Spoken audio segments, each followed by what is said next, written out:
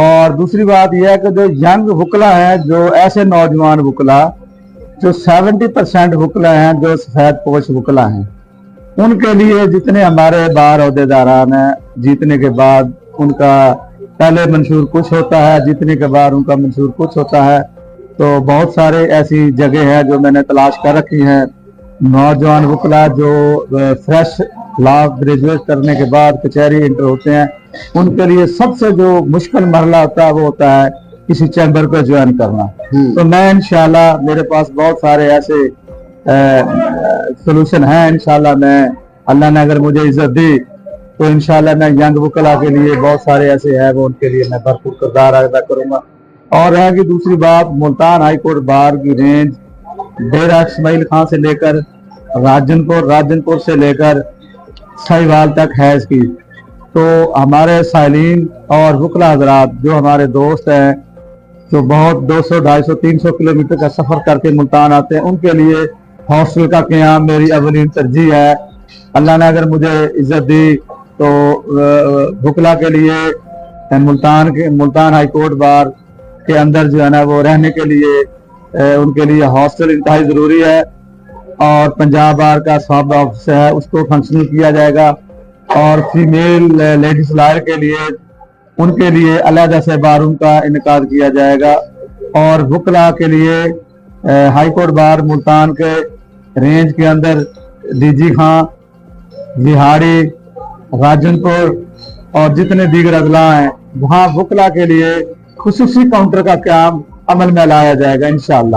اچھا منیر بھائی، میں ہمیشہ تو ڈٹھا ہے کہ جنرل الیکشن دا میدان ہوندا ہے، الیکشن کوئی بھی کینڈیڈیٹ لڑدا پیا ہوندا ہے تو اوندا سینے تو ہاتھ تلے نہیں آندا، جی حضوری بھی کھڑی ہوندی ہے، اور ہر شخص کو ایویں لگدا پیا ہوندا ہے کہ جی میں نال میرا ایسا رشتہ ہے کہ زندگی ختم تھی ہونا لگی۔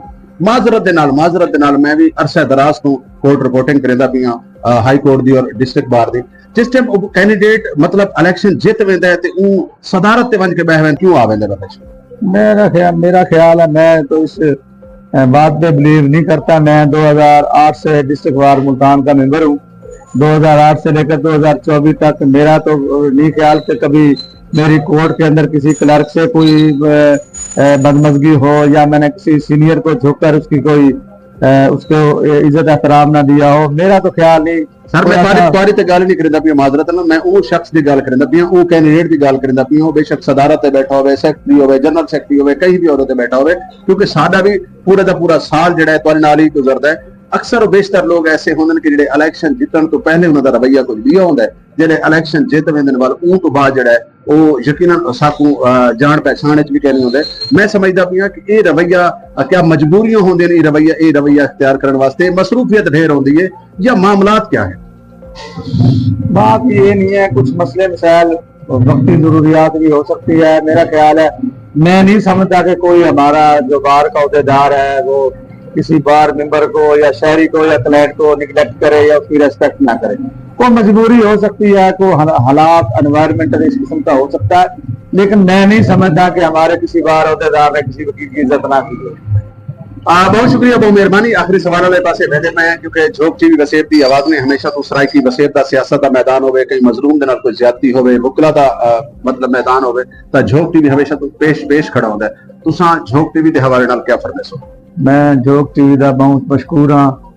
میں اپنی ہی سرائکی زبان وچ گال کرے ساں کہ میرا سرائکی خطہ ہے تے میرے کو ہی سرائکی خطے نال لگاؤ ہے، میرا مان ہے، میرے والدین دی جمپل ہی علاقے دی ہے، میری ملتان دی جمپل ہے، تساں ہی علاقے دے واسیاں ہی علاقے دے ساڈے دے احسان ہے، اور میرے تمام واسیاں کو میری ریکویسٹ ہے کہ میرے ووٹ اینڈ سپورٹ کرے سن، اور انشاءاللہ جڑے ہی علاقے دے مسئلے مسائل ہو سن انشاءاللہ بڑھ چڑھ کے انہاں دی حصہ گنسوں۔ انشاءاللہ جڑا صوبہ پنجاب دا جڑا ساری سرائکی تحریک چلدی پئی ہے تے انشاءاللہ ہم سرائکی تحریک الیکشن تو بعد تیز کرے سو انشاءاللہ جنگی مرادات ہے۔ بہت شکریہ، بہت مہربانی۔ آخر وچ کیونکہ الیکشن کینڈیڈیٹ جڑا لڑدا پیا ہوندا ہے اون دی سپورٹ واسطے اوندا ایک پیغام آخر وچ بکلا برادری کو کیا پیغام دے سو؟